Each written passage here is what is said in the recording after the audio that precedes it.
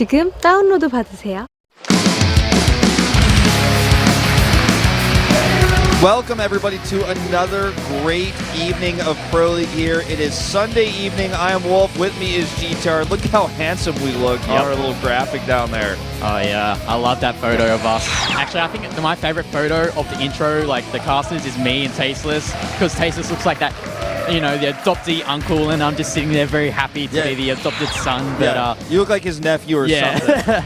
But we've got a pretty good game to start off today's late start per se. We've got the champions of round 2 in the Jin Air Green Wings going up against the champions of round 1 in SK Telecom T1. And it's the rematch of the round 2 finals. However, SKT looking very weak here in round 3 compared to Jin Air Green Wings. Jin Air Green Wings, the defending round champions, and SKT needs to pull it together. On paper, if you look at the results of the players for SKT, you know, it looks like, okay, yeah, they're still in it.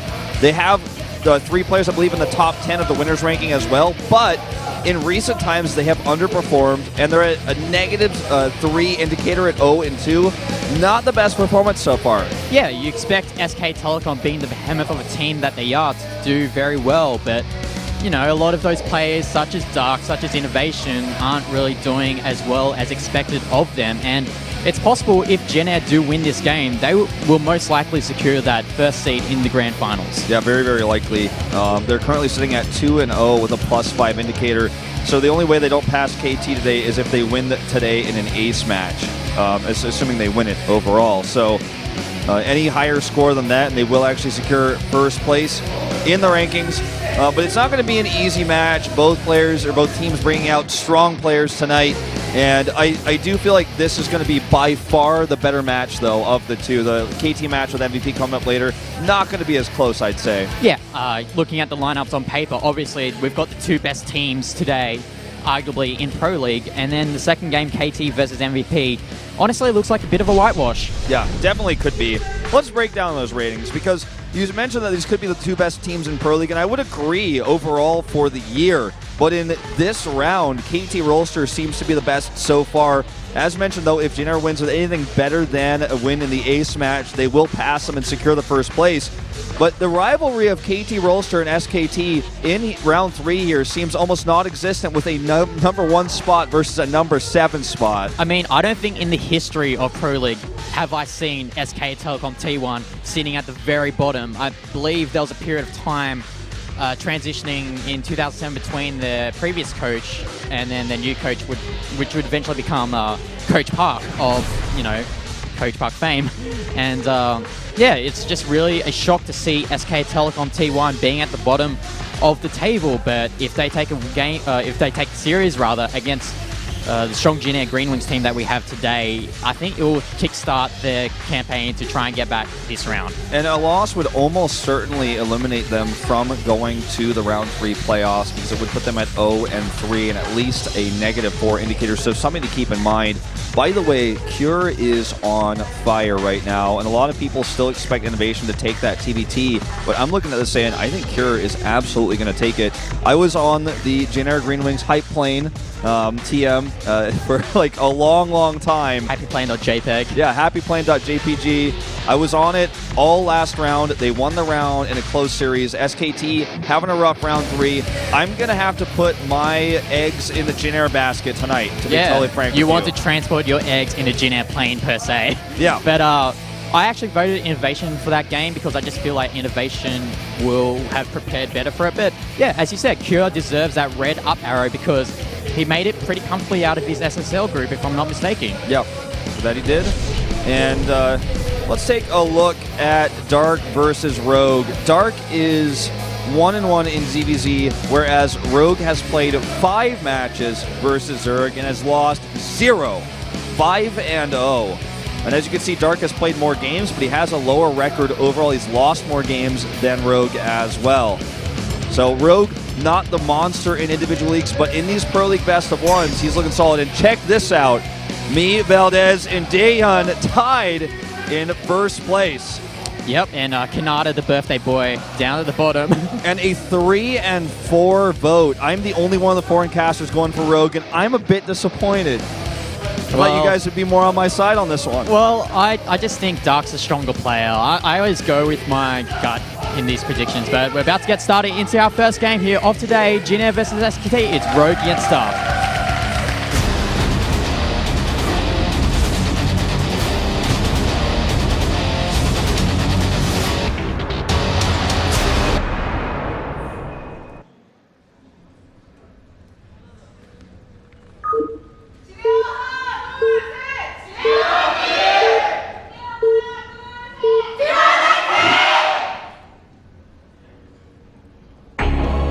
In the top right, in green, it is the Jin Air Green Wings Zerg. It is Rogue.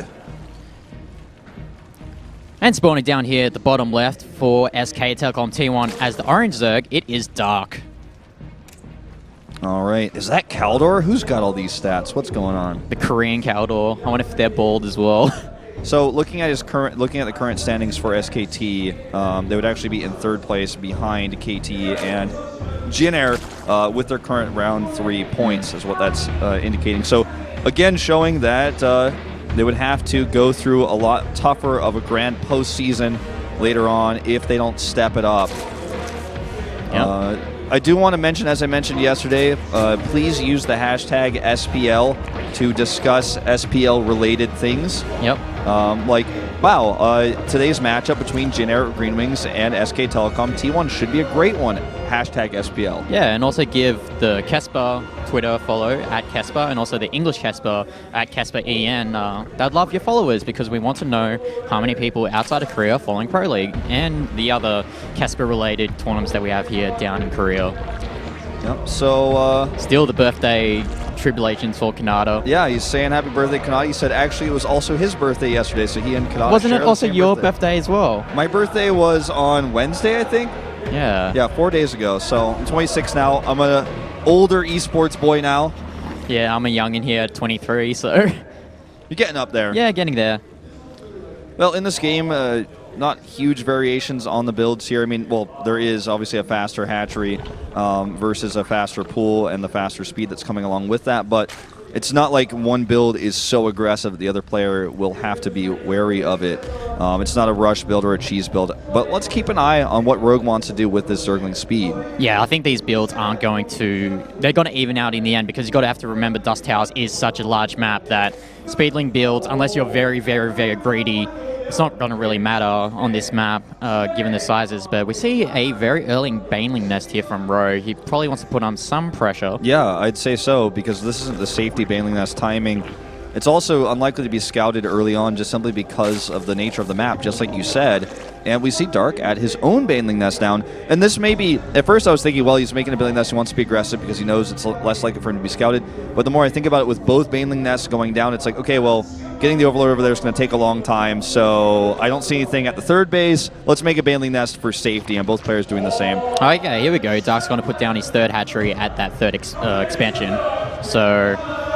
it's the onus is up onto Rogue here because he is hatching 12 more Zerglings. He's going to get his Banelings there to apply some pressure, and it's going to be all on Dark to try and defend this space. Yeah, I mean, this is... he had the faster spawning pool. He has the faster speed. His first feelings are going to go over here and scratch at this a little bit. He wants to go up and see if there's a Baneling nest, because if there is one, it's going to be harder for him to commit to Banelings. And he actually does see it, I believe. And now, morphing Banelings right outside this hatch, and a ton more Lings are coming over. I think he's going to force a cancel on this. That's his goal. He can try to control the ramp with his own Banes at the bottom. Well, we'll see Dark actually building a Spine Crawler, what I assume will be in his main base. So, oh, that was so close there. Rogue could have lost a lot of Zerglings. But it seems like Dark has got his queens up onto the ramp. Did he just kill his own Baneling, or was that Rogue's? I think he killed a Ling with it. I think it was like, he trade. probably didn't want to detonate that, but it just blew up on one of Rogue's Lings. Yeah, but at least Dark has his queens there on the ramp, so be able to siphon that ramp a bit and try and stop this pressure from coming in. He's even got the Spine Crawl in position, which is really good here for Dark. But, you know, this isn't Rogue trying to end the game by any means. He just wants to continue to deny this base while he gets his lair up. He's adding gases back at home, and he will soon have 4 Vespene Geysers actively mining to get the Mutalisk out. And that's going to be the tech of choice most likely here for Rogue, as that lair is now done. He almost has enough for that Spire.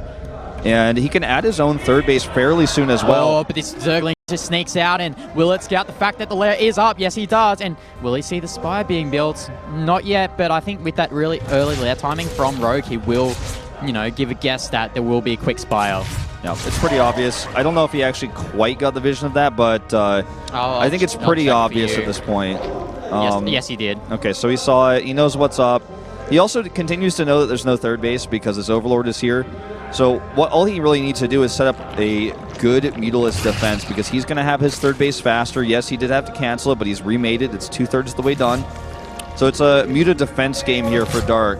Yeah, a few Spore Crawlers and some Queens will be pretty much enough to defend from 2 Hatch Muta.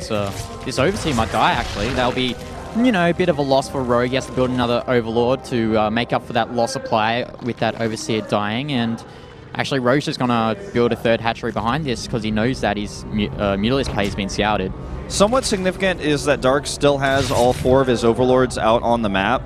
The first one's spawning the third base location, so that makes sense as this Stout does come in for Rogue. He sees there's no spores up. He also doesn't see the Hydralisk then. But those Overlords will be picked off by the first 5 Mutas because he hasn't pulled them back. But other than that, I don't expect this pressure to do too much versus Dark because he's amply prepared. Really interesting to see here. Rogue going for a very quick infestation pit. Generally, when you go Mutalisk, you know, the ideal composition will be to get those Mutalisks and try and get those Infestors out to help try and defend while you're attacking with those Mutalisks. But generally, you want to get your Infestation Pit when that 30's up, when you have those extra, the 5th and 6th gases come up. But looks like Rogue's actually trying to rush it. Yeah, I think he knows that this is less likely to do damage, and that this is mostly just going to be Overlord snipes and a little bit of map control that this gives him. Notice also he's unlocking this position down here so he can actually do more Ling counterattacks. For example, looks like he's looking for a much later game, and I do like that. He's using his Lings for something. He's finding value out of them. Yeah, because these Mutas, like, what are they going to get done? They're going to get a few Overlords, and actually this will supply block Dark temporarily, but that's the best he can hope for here. Oh my god! Swarm Host! No way! No, Rogue, no! No! Am I transported 2 years in the past? I did not expect Swarm Rogue Host is here. like the only player in Legacy of the Void and in contemporary StarCraft 2 to use Swarm Host. No, we saw Bjorl use this against a Protoss. Yeah, I forgot who it was. but I mean, like, in its matchup, like never. You never see Swarm Host. It's only Rogue who does this. Guys, please tweet that Swarm Hosts are being seen in ZVZ and hashtag SPL because this is such a surprise that we're seeing here tonight. So now we understand why those rocks are being broken down. Yeah. Can use the Locust from that location at the 6 o'clock to fly them over and hit the main base. And he wants to go full late game here. He's getting a hive. He's researching Burr already. And here we go. This is something that Dark has not scouted. He has no idea. He's going to go down here to the 6 o'clock, and those Locusts are about to fly over and do some damage. Yeah, Hydralisks aren't really a thing that you want to defend from Swarm Host harass. You'd want to get more the bulkier units like those Roaches. He is getting that Roach Hydra composition, so we'll see how he reacts to this, because this is something that I've surely never seen before. All right, here we go. They're trying to get ready over here. There they go. And here come the Flying Locusts. They're going to hit the main base. So this is something that Dark will have never seen before. I just want to see Dark's reaction right here. Look at his face. He's like, wait, what? It's like... And now the Spore is down, so Mutas can continue to harass here as well. Oh, and he has to use those Banelings onto those Locusts, which is quite unfortunate because those Banelings could have been used for a more better purpose, per se. All right, now, the thing is, this might trigger a counterattack. Yeah, he can counterattack because he knows that there's not that much back at home to defend. 7 spines, though, just finishing up back at Rogue's base, so he's set up for defense. Looks like he really wants to rely on Mutalisk.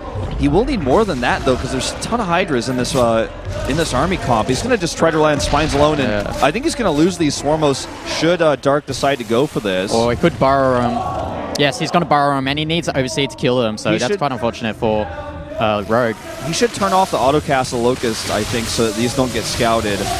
Both players actually supply blocked, which is quite amusing. I don't know how that happened, but you also have to remember when Rogue is building those spine crawlers, he is losing drones. So in effect, he's also losing mining from those drones that could have been done for mining. Rogue just made 6 more spines, and he's getting a greater spire right now. He's going for Broodlords. He just wants this late game. The Mutalisks here are really just spotters, and yeah, they're annoying. They can harass, they can clear off Overlords, they can remove vision, they can also snipe Overseers. That is a lot of spine crawlers there from Rogue. He's so content of sitting on these 3 bases, but I don't think he can just sit on there for too long because he's actually trying to chase these Mutalisks, and he might actually Swarm Host off guard. He might actually just fight with this. I mean, look, Locusts are going to delay this push. This is going to be a good trade. Nice Banelink it's hit. 3 units.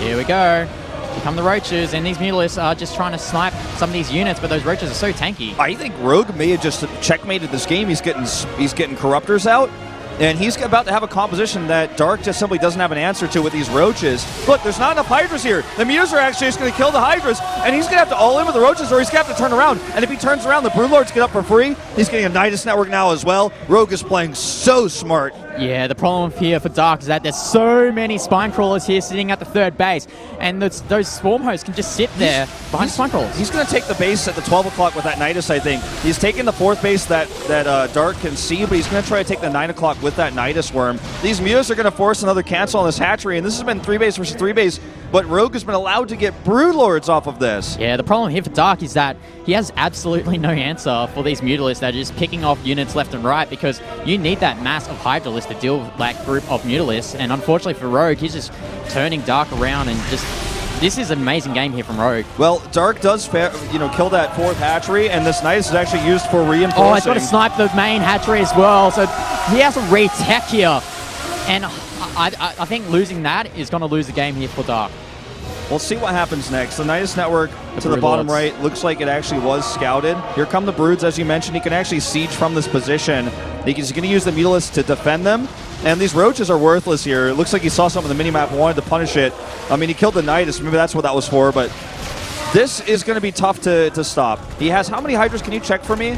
He has only 20 Hydras, and that is not enough for the amount of the Broodlords that are out for Rogue. He's going to just try to counterattack here, it looks like. And there's a lot of spines. He's even got a Nidus as well. What's up? You can press that T key. I want to see how many spines it's got in total. 13 spines. And that may be the unlucky number here for Dark. Let's see if he can break this. The Swarm hosts are back at home as well, and those are going to be free locusts for the defense. Yeah, this is going to be the final battle here. He's got the Ravagers, though. He's casting a lot of Coastal Bias on his Spine Crawlers, but here come the Locusts as well, doing damage to these units of Dark. The Locust doing so much to delay this, but the Corrosive Biles are the scary part here. He's got one more spine about to pop. The Swarmos trying to delay here and even body block these units. It looks like he's held it. He's held it, and the Broodlords are hitting Dark's main. And I think that's going to be game. A few Hydras pop out here. He's going to have to kite these Broodlords back, but look, he's going to kill the Hydras, and that should be game over here for Dark. Yeah, I don't think even if these Broodlords do die, it's not going to be enough here for Dark, as Dark lost majority of his army just fighting to basically zero supply units in that Spine Crawler. Rogue, sexy boy Zerg, so much so in this game. Look at his face. He knows he's won it. And I hope he looks at the camera because he's famous for doing this. Oh, you can see it in his face. He's feeling the victory right now. Mutalisks, GG. GG. Amazing game there from Rogue, taking out the SSL champion in Dark with quite ingenious play, actually, with those Swarm hosts and Mutalisks. Really smart play. Broke down the rocks earlier. Thought he was gonna. When I saw him doing that, I was like, okay, he expects he's gonna go late. He thinks Dark's gonna take that base and he's gonna harass. I had no idea the Swarmos were gonna be coming out on the table. Then once he harassed with them there, he got enough of an advantage to hold that hive, and he made so many spines because he knew that was the one way he was gonna die was to a counterattack. And Dark didn't want to counterattack, but he kind of got forced into it. Broodlords are harassing his base. He doesn't have an answer for them. There's a Mutalisk flock protecting the Broodlords. He doesn't even have a Spire, can't make Corruptors. How's he going to deal with those? Hydras? I don't think so. Yeah, in the end, like, even though he did lose, 15 or so drones to building those Spine Crawlers, he knew that he just had to wait maybe 5 or so minutes and defend from the impending counterattack until he won the game, because, you know, the Swarm hosts did their job harassing, and then later on, Mutalisks picked off those units.